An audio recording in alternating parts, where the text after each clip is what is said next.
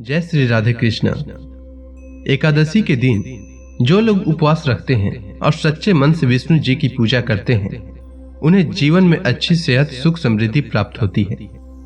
इस दिन भगवान विष्णु को पीले पुष्प, पीले वस्त्र और हल्दी मिला हुआ जल अर्पित करने से मनोकामना पूर्ण होती है। एकादशी की शाम को तुलसी पूजा करनी चाहिए और तुलसी के समक्ष शुद्ध घी का दीपक जलाना चाहिए। इस दिन ओम नमो भगवते वासुदेवाय नमः मंत्र का जाप करना चाहिए और तुलसी की 11 बार परिक्रमा करनी चाहिए। ऐसा करने से आपका आर्थिक पक्ष मजबूत होता है।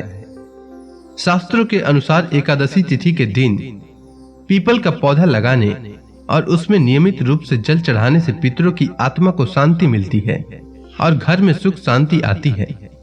साथ ही एकादशी के दिन गरीब लोगों को पीले वस्त्र, अनाज और फल दान करना चाहिए।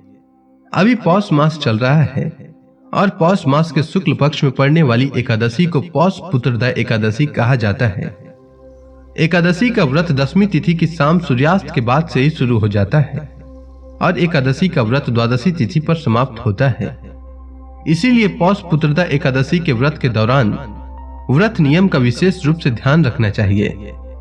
दशमी तिथि पर सूर्यास्त से पहले भोजन कर लें। इस दिन तामसिक भोजन से परहेज करें और सात्विक और हल्का आहार लें। एकादशी के दिन सुबह जल्दी उठकर स्नान करना चाहिए और फिर व्रत का संकल्प लेते हुए कहना चाहिए कि हे जगत के पालनहार भगवान विष्णु, आज मैं एकादशी का व्रत रख रहा हूँ। मेरा यह व्रत निर्विघ्न पूरा हो जाए, इसकी शक्ति प्रदान करने की कृपा करें। इसके बाद भगवान विष्णु के समक्ष दीप प्रज्वलित करें, गंगा जल से उनका अभिषेक करें और उन्हें तुलसी दल अर्पित करें, आरती करें और फल का भोग लगाएं। और इस दिन पौष पुत्रदा एकादशी व्रत की कथा अवश्य पढ़ें या सुने। साथ ही विष्णु सहस्त्र नाम का पाठ करें। शाम को तुलसी माता के समक्ष शुद्ध घी का दीपक जलाएं।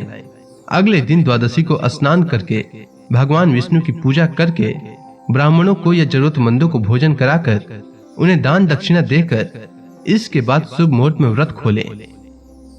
पारण का भोजन ध्यान रखें कि सात्विक हो।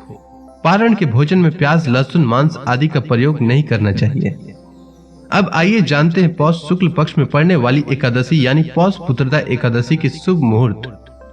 तो पौष पुत्रदा एकादशी का प्रारंभ 12 जनवरी 2022 को शाम 4:51 से होगा और पौष पुत्रदा एकादशी का समापन 13 जनवरी 2022 को शाम 7:35 तक होगा। अब जो लोग पुत्रदा एकादशी का व्रत रखना चाहते हैं वे 13 जनवरी गुरुवार के दिन व्रत रख सकते हैं। इस दिन सूर्योदय का समय सुबह 7:15 रहेगा और सूर्यास्त का समय शाम 5:44 रहेगा और इस दिन अभिजीत मुहूर्त दोपहर 12:08 से लेकर दोपहर 12:50 तक रहेगा। अब जो लोग एकादशी व्रत रख रहे हैं उनके लिए मैं एकादशी व्रत पारण का समय बता देता हूँ। तो एकादशी व्रत पारण का समय 14 जनवरी 2022 को सुबह 7:15 से लेकर सुबह 9:21 तक रहेगा।